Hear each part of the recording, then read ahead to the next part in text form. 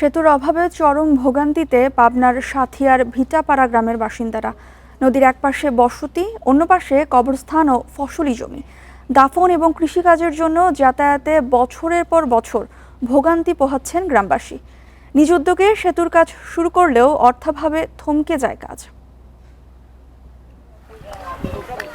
পাবনার সাথিয়ার সুতিখালী নদী, একপারে ভিটাপাড়া গ্রাম, কিন্তু নদীর অন্য পারে কবরস্থান।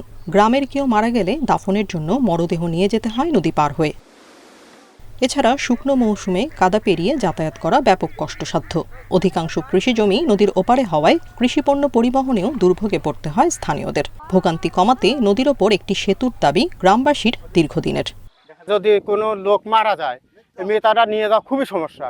এই নদীতে খাই কচু যে বোঝাই থাকে, এই কচুর জন্য নৌকাতেও পার হওয়া যায় না। প্রতি সপ্তাহে সর্বোচ্চবার বিকাশ পেমেন্টে 50 জন হবেন পেমেন্ট চ্যাম্পিয়ন। জিতে নিন টিভি সহ আকর্ষণীয় সব প্রাইজ। মা বোনরাও যাইতে পারে না, আবার ওই গ্রামবাসী আসতে পারে না, নৌকলিকেন বসে থাকা হয়, রাত হওয়া যায়।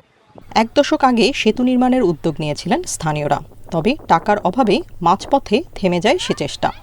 গ্রামের লোকজনই উদ্যোগ নিয়ে ব্রিজটা করার লেগে খাম্বা টাম্বা গাড়া হয়েছিল, তার এই অর্থের কারণে পারিনি আমরা। ইউনিয়ন পরিষদের যে বিধিমালা আছে সেই মোতাবেক আমরা দরখাস্ত দিব, যাতে অতি দ্রুতই আমাদের এই ব্রিজটাকে নির্মাণ করার জন্য উদ্যোগ নেয়। এলজিইডি কর্মকর্তারা বলছেন গ্রামের সড়কটি তাদের আওতাভুক্ত নয়, যদিও এ বিষয়ে এরই মধ্যে প্রস্তাব পাঠানো হয়েছে। যে রাস্তাটা এলজিইডি আইনভুক্ত নয়, তা আমি ইতিপূর্বে আইডিভুক্ত করার জন্য নির্বাহী প্রকৌশলী স্যারের দপ্তরে আমরা প্রস্তাব প্রেরণ করেছি। আমাদের আইডিভুক্ত হওয়ার পর আমরা চেষ্টা করব ব্রিজটা, ওখানে একটা ব্রিজ করার জন্য।